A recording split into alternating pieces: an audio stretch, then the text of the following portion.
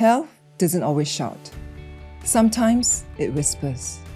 And if we don't tune in, we might miss it. Welcome to Health Unfiltered, a series by Fullerton Health. Here, real people share the moment they choose to pause, check in, and take charge of their health. These are stories of courage, of early detection, of lives changed, not by symptoms, but by a single decision.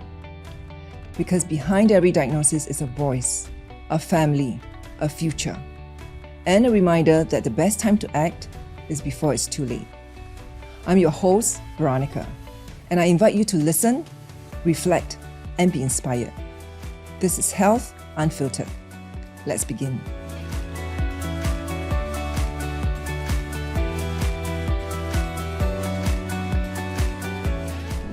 Our guest today is Sabrina Loi. At 29, she was diagnosed with stage 4A uterine cancer. After 2 surgeries and months of treatment, she's now more than 3 years on. Sabrina is here to share her experience, the emotional realities of cancer, and the hope that can come with a diagnosis. Sabrina, thank you for joining us today. Thank you. Take us back to before October, November 2021. How was Sabrina like? A day in the life of Sabrina, a week in the life of Sabrina. How was Sabrina like? October, we were actually celebrating our first anniversary. Wedding anniversary. Yeah, wedding anniversary, yes. And there was some symptoms that I had. And there was just one symptom. It's prolonged spotting after my menstrual cycle.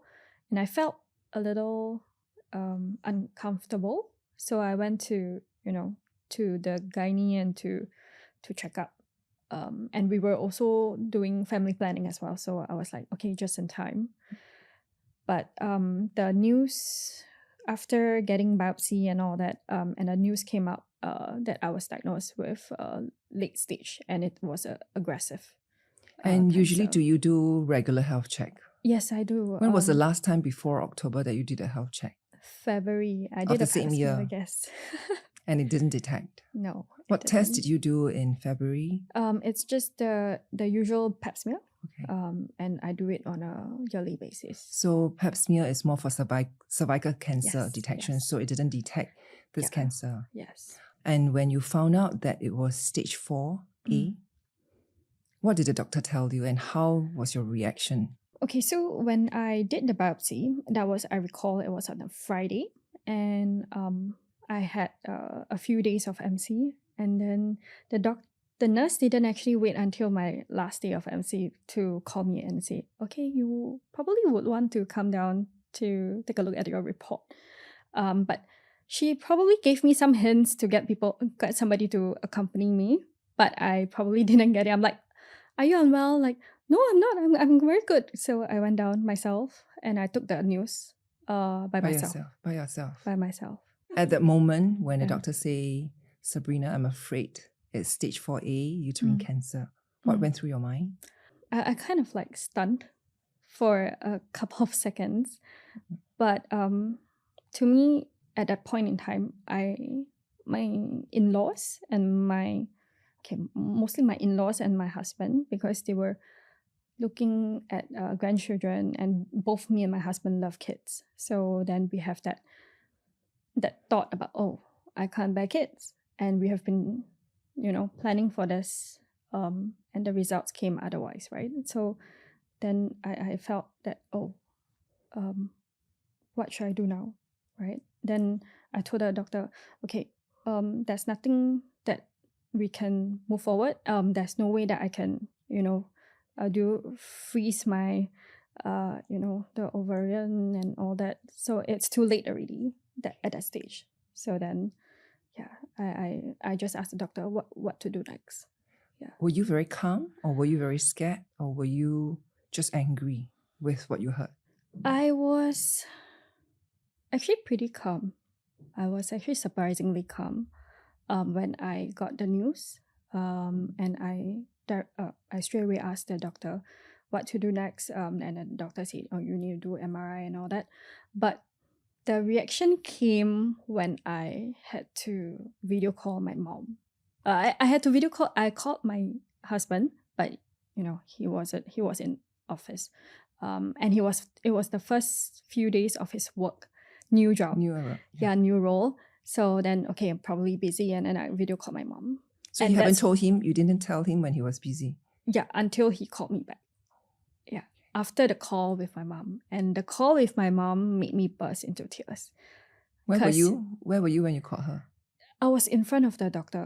In front of the doctor. Okay. Like we were in the clinic and in the doctor's room, because I would expect my mom will ask a lot of questions. So I'm like, okay, mom, you know what? The doctor is here. If you have anything, please ask directly, because I do not know how to answer. Are you the only child, or do you have any other siblings? I'm the only child. Mm.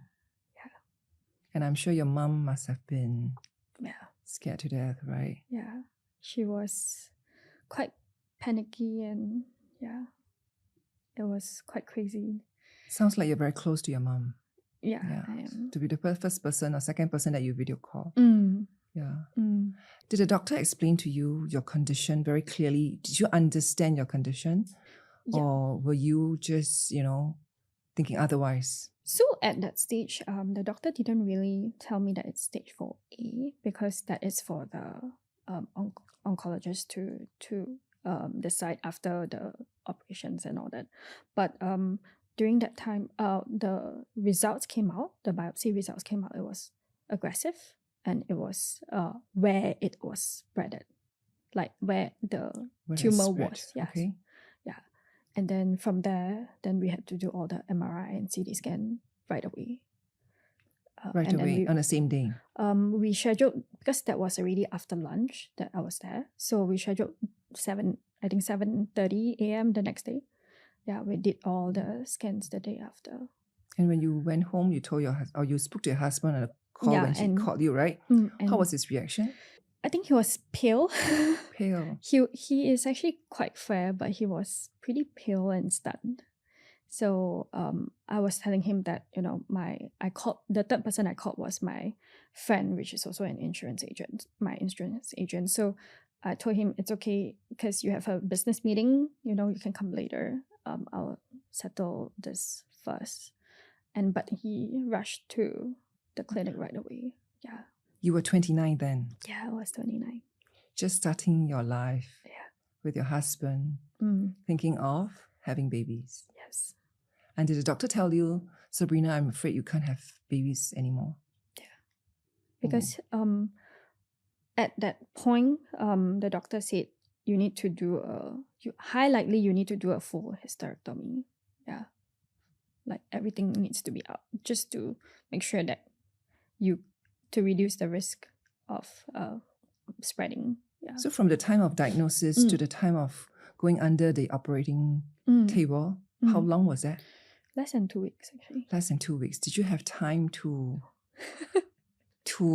manage your emotions? No. We were very like, okay, what to do next, right? Everything is like Very logical, pop, very logical. We didn't really have the time to really digest until probably after. Even in those 2 weeks, when you're alone, were you scared? Were you hopeless? Were you helpless? Were you frustrated? I think when I was alone, yes. I felt the emotional trigger. But when I'm with everybody else, like my mom, we flew my mom in just in time when the border opened. It was COVID, right? Yeah, it was COVID. Yeah. My mom was in KL, so we had to fly her over, like on the day of my surgery, actually, because that was the earliest that she can come in. Yeah. So when I was alone, I felt that yes, helplessness. I felt that the future is very unknown, a lot of uncertainty. Actually, until today, I still feel that a little uncertainty. So I don't know whether I should, get a place and, 20 years down the road, I'm like, 20 years down the road, where will I be? There's still a little bit lingering until today. But then that period of time, I think I was more concerned about did we make the right decision on going surgery first? and do chemo and radio later, because during that period, we went a few opinions and there were very Different views. different spectrum. Yeah. Oh, okay. Yeah. And when you finally decide that, hey, we're going to go through this procedure, who made the decision? Was it you, your husband, or together with your mom? Me and my husband, after assessing with the doctor, our gynae, and we called both side parents, and we shared this is the decision because da da da da da.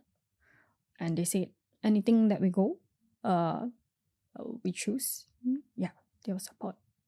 And at 29, I think a lot of this are like adulting, right? Decisions that you don't think at 29 you need to make, but you have to make those decisions. Yeah. And would you say that having your mom and your husband around you helped you to grow up fast but cared for? Yeah, I'm very grateful that the borders were open to have my mom coming over, and because of COVID, my husband was working from home most of the time. So at least during that period, I couldn't do like a lot of things myself. I need to be with a caretaker. Even showering and all that, I had to be assisted.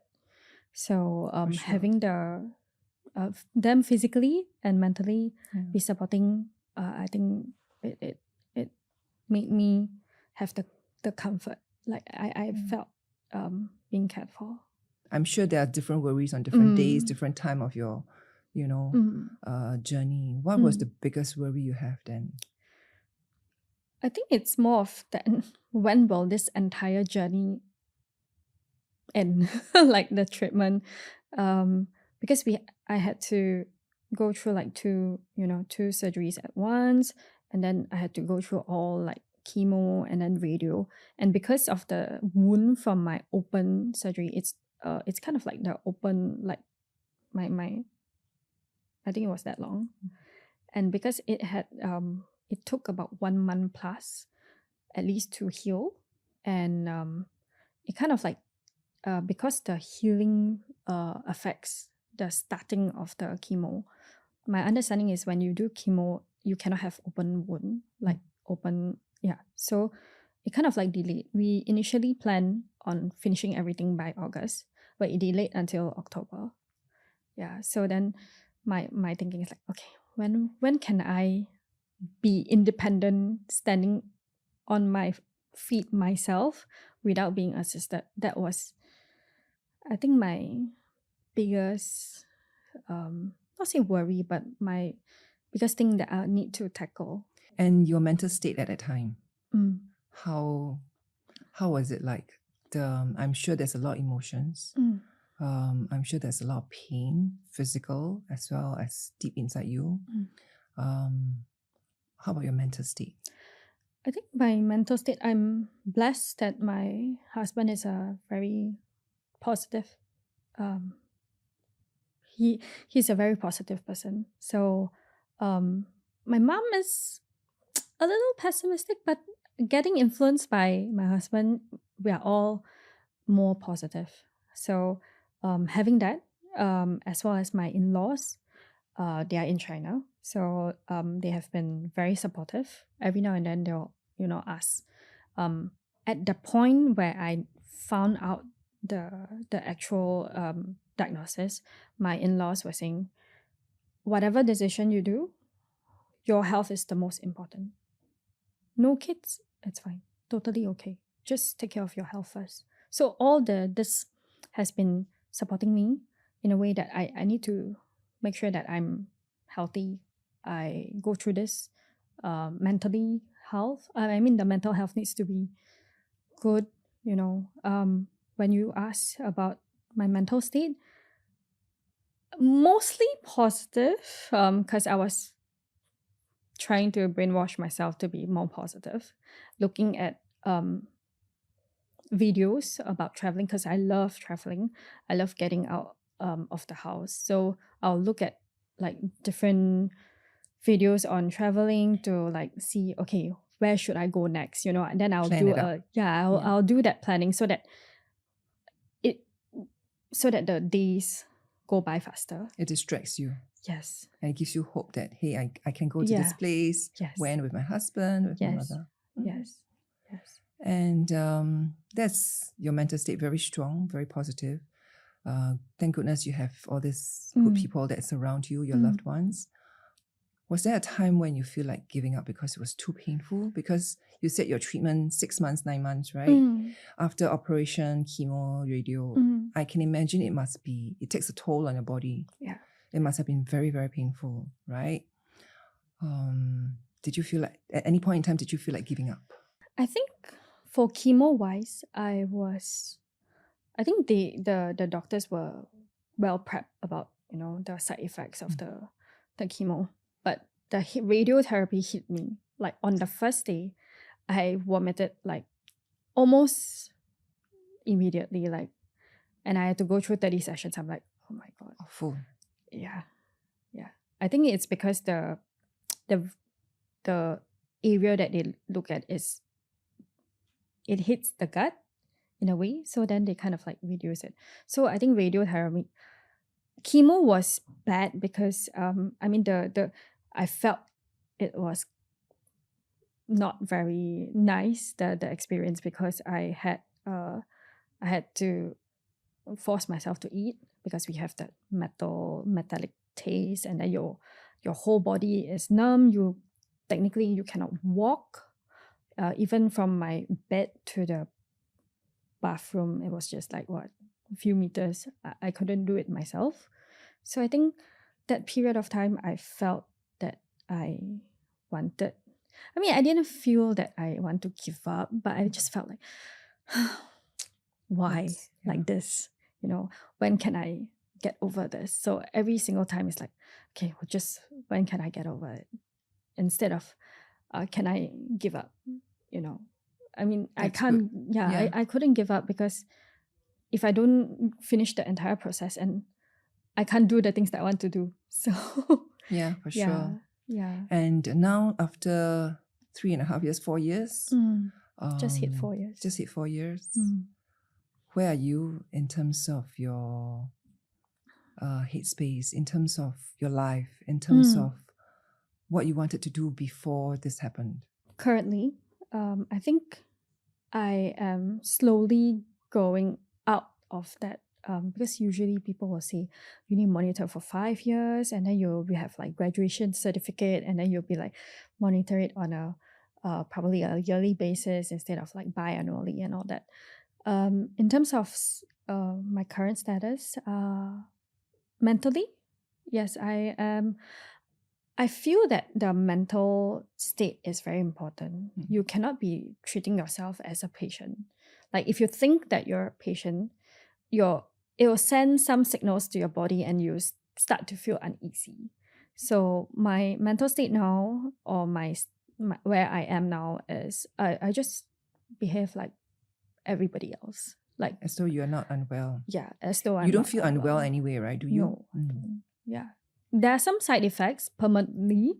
It's just that we just need to deal with it, like, you know, frequent toilet breaks, sudden like wanting to go toilet, and we just need to find work around all these different like the activities that we do. We just need to find, okay, wherever I go, I will just make sure that I know where the toilet is. Yeah, so that anything emergency, then I could go, right? So the current step, I think I'm very happy with where I am, going through all that, and I'm still very positive in terms of sharing. I mean, I think it's very important to let people know that it is okay not to be okay. Right? But you just need to reach out for help. I think. And reaching out for help was something that you were comfortable doing. And tell us where and what did you reach out to?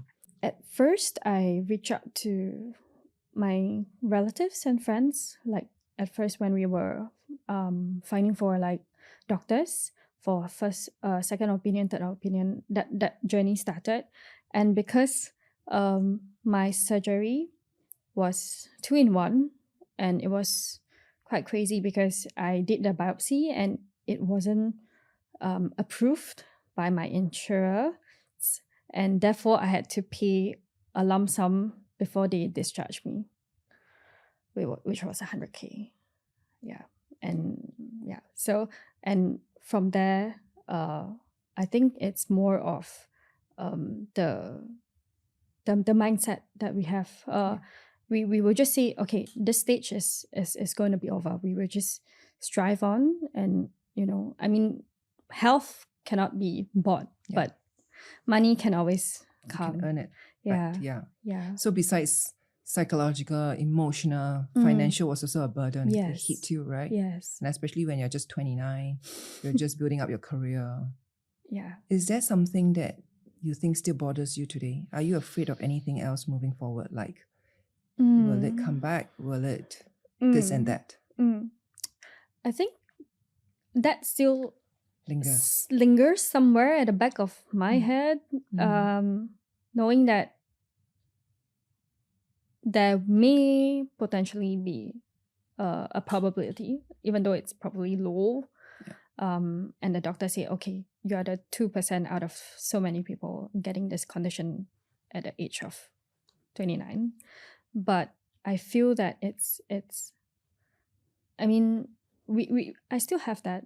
But I think my husband has a very interesting thought about this, is that he said, a lot of things can happen, not just, this kind of health condition.